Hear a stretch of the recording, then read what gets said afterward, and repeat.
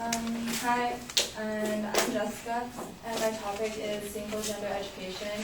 And the reason why I picked this topic is because not many kids or teenagers would want to go to a single gender school, but I went to an all-girls high school, and I thought it was pointless, but I like to think that I got something out of it, and that's why my major claim is that there are significant academic benefits in single gender education. My supporting claims are that 1, boys and girls learn differently, 2, same-gender schools maximize learning in the classroom setting, and 3, same-gender schools break down gender stereotypes and expand students' horizons.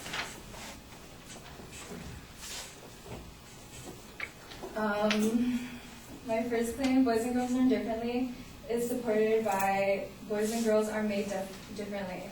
Boys and girls are just different. Boys don't hear as well as girls, and boys are more attracted to see action, while girls are more attracted to see color and texture. Sorry, Jesse, I ate a peanut butter sandwich. In order for boys to learn to their best ability, their energy must be engaged, while in order for girls to learn to the best of their ability, connections must be made between themselves and the teacher and the student and the things that they're learning. And boys do better under stress, while girls do better with encouragement. Single gender schools let boys and girls mature at their own pace because girls mature at adolescence, which is much earlier than boys. My second claim, single gender schools maximize learning in the classroom setting, is supported by there are less distractions for students. You're more likely to be emotionally and physically attracted to someone who's there compared to someone who's not there. And if there aren't any boys or girls, then there aren't any distractions. So it allows students to better separate their social and academic life. So like when students go to school, they only go to school for academics and not like anything else. And an example is like when I went to that high school, not many girls would like care about their appearance or how they presented themselves. They would just like go to school, like just wake up and like go to school, and they didn't care about how they looked. And a statistic to support this claim is that according to a study done by the Australian Council for Educational Research, students of single-gender schools scored 15 to 22% higher than students of co-ed schools. My third claim, same-gender schools break down gender stereotypes and expand students' horizons, is supported because, according to Dr. Sachs, boys are twice as likely to take classes considered feminine, such as foreign languages, art, music, and drama. And girls in single-gender schools are twice as likely to take classes considered masculine, such as advanced math, computer science, and physics.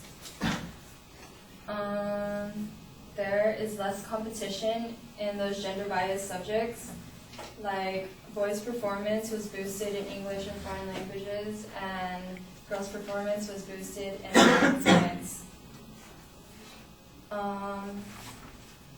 And that's why there are significant benefits, academic benefits, in single-gender education.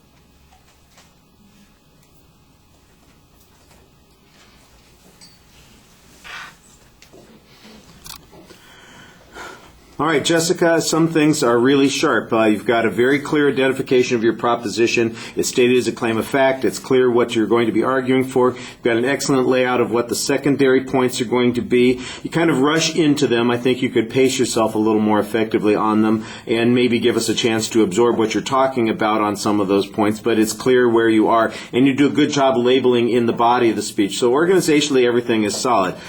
You give us a nice personal point of view on this to give yourself a little bit of credibility on this issue and to set up a bit of the controversy. I think that you explained some concepts pretty well. Proving those concepts, I think, is a little bit thin. There was no evidence citation on the first point. It all seems to be asserted that boys and girls are different in the ways in which you've described. On the second point, we got a little bit of information. We had a hypothetical example that you were dealing with, and then we also got some statistical information that came up later. Both of those, I think, were a good start at providing support, but you need a lot more information like that to make this argument saleable. You do quote Dr. Sachs, but I don't know who Dr. Sachs is, what he's a doctor of, and what his authority is on this particular subject.